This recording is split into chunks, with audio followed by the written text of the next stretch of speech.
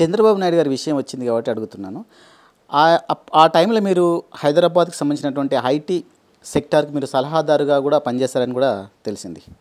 అంటే ప్రధానంగా IT sector హైదరాబాద్లో కేంద్రీకృతమై అవుతున్నటువంటి సమయంలో దాని బలోపేతానికి కృషి చేసిన వాళ్ళు మీరు ఒకరు. అంటే ఆ రోజుల్లో ఎట్లా ఉండే ఐటీ? Apply no reply. టెలిఫోన్కి అప్లై చేస్తే ఏమన్నా రిప్లై ఇచ్చేవాడా? నీ జన్మలో వచ్చేది కాదు. ఓకే, వెయిటింగ్ లిస్ట్ పెరిగిపోతుంటే అప్లికేషన్ 10 రూపాయలు పెట్టి రెన్యూ చేయమంటే సగం మంది పోయారు. అయినా మళ్ళీ వచ్చేసిన అప్లికేషన్. అప్పుడు ఇవన్నీ అర్థం 1000 రూపాయలు కడితే కానీ అందరూ సగం మంది పోయారు. మళ్ళా కట్టాడు. ఒరే ఇంకా వస్తున్నాడు తలకాయలు, రావణాసురుడు తలకాయలాగా ఉన్నారు అప్లికేషన్ పెట్టేవాళ్ళు. అందుకని ఓవైటీ తత్కాలని పెట్టాను, 47 రూపాయలు పెట్టాను, ఎంత ఇస్తామని చెప్పేసి. ఏదో ఉండకూడదు, నువ్వు టెలిఫోన్లు ఇవ్వలేక ధరలు పెంచి అప్లికేషన్ వాడిని పెట్టకుండా చేస్తున్నాము. Apply no reply situation. నీకు ఎంత కారణం? గుత్తాధిపత్యం, ఇది మొనోపలి పోవాలి. మొనోపలి పోయి ప్రజలు అంటే ప్రైవేట్ కంపెనీలు రావాలి, పోటీ రావాలి. పోటీ వచ్చినట్టే కొత్త టెక్నాలజీ వస్తుంది. లేకపోతే పోటీదారు ఎట్లా చేస్తారు, పాత టెక్నాలజీ ఆవిడే ఉన్నాడు అనమాట అండి. ఇవన్నీ ఈ విధంగా నేను డిపార్ట్మెంట్లో ఉండి గెరిల్లా యుద్ధం చేశా. ఓకే, రైట్ మొదలుపెట్టా. మిమ్మల్ని గుంజుకుంటున్నాం, మీ డబ్బులు మేము సేవ చేసేది దాంతో 40 పైసలు మాత్రమే మా ఖర్చు, 60 పైసలు ఇంకా దేనికో ఇస్తున్నాం అట్ట రాసిన తర్వాత మొట్టమొదటి డిపార్ట్మెంట్లో ఉన్న కాడి నుంచి కూడా ప్రైవేటైజేషన్ ఇదిగో రాజీవ్ గాంధీ గారికి చెప్పాను అనమాట. బొమ్మలు కూడా ఉంటాయి ఇక్కడ, ఆయనతో చేసి ఇది ప్రైవేటైజ్ చేయాలంటే ఆయన చేసేయాలన్నమాట. మొదలుపెట్టాడు. కానీ ఆయన భయపడ్డాడు. ఎప్పుడైతే బోఫార్స్ వచ్చిందో ఒక మహానుభావుడు పుట్టుకొచ్చాడు, పివి నరసింహరావు అని. ఆయన భారతీయ విద్యాభవనం ప్రవేశపెట్టింది కూడా ఆయనే.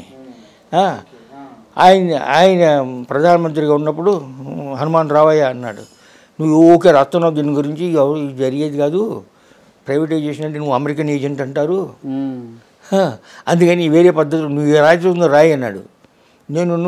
నువ్వు ఒక సెక్రటరీ ఉన్నాడు, వాడిని తీసేసేస్తే కానీ ఇది అవదన్నాను నేను. ఆయన తీసి పారేశాడు.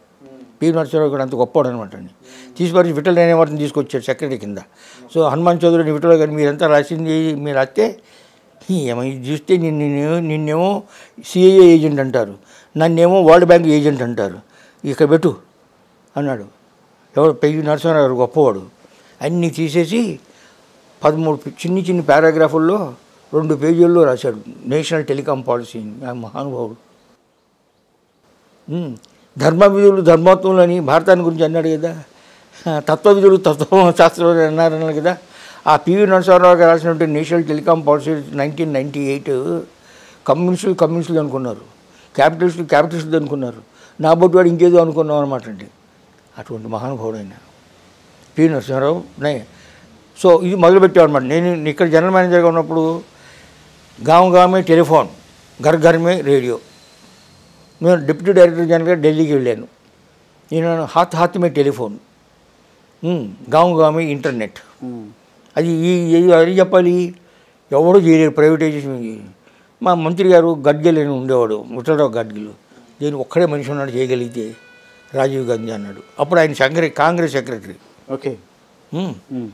నేను ఆయన ఎక్కడికి వెళ్తే అక్కడికి నువ్వు వెళ్ళు, నేను బ్లాంక్ పర్మిషన్ ఇచ్చా. ఆయన ఎప్పుడు నువ్వు వెళ్ళి అన్నాడు, అలాగే చేశా. ఆయన ప్రైమ్ మినిస్టర్ అయిన తర్వాత మొదటి రోజు నేను 2 ఉత్తరాలతో వెళ్ళా. నీ అమ్మ చచ్చిపోయింది కాబట్టి సహానుభూతి ఉత్తరం, రెండోది ఒప్పుకున్నావు కాబట్టి ప్రైవేటైజ్ చేస్తానని చేయి అంటే చేసి పద్ధతి చేయటం మొదలుపెట్టాడు అనమాట.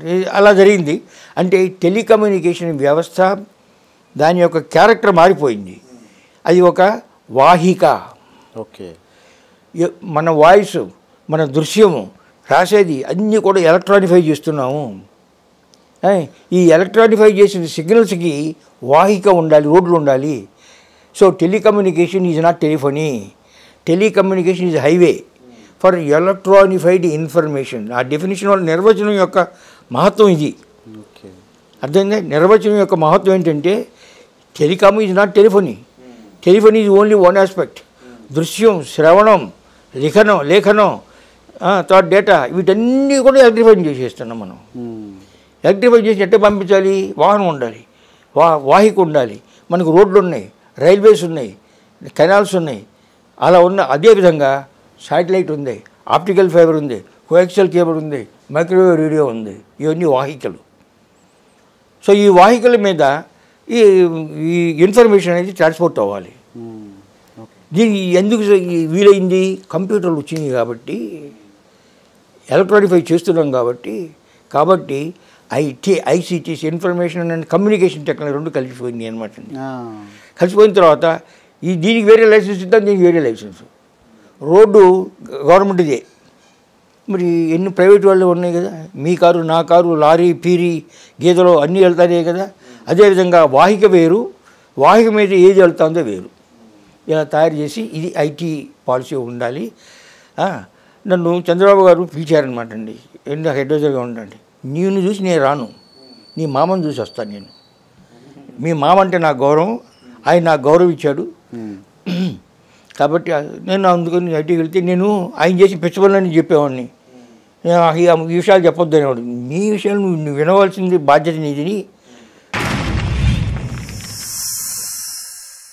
Like and subscribe Eagle Media Works.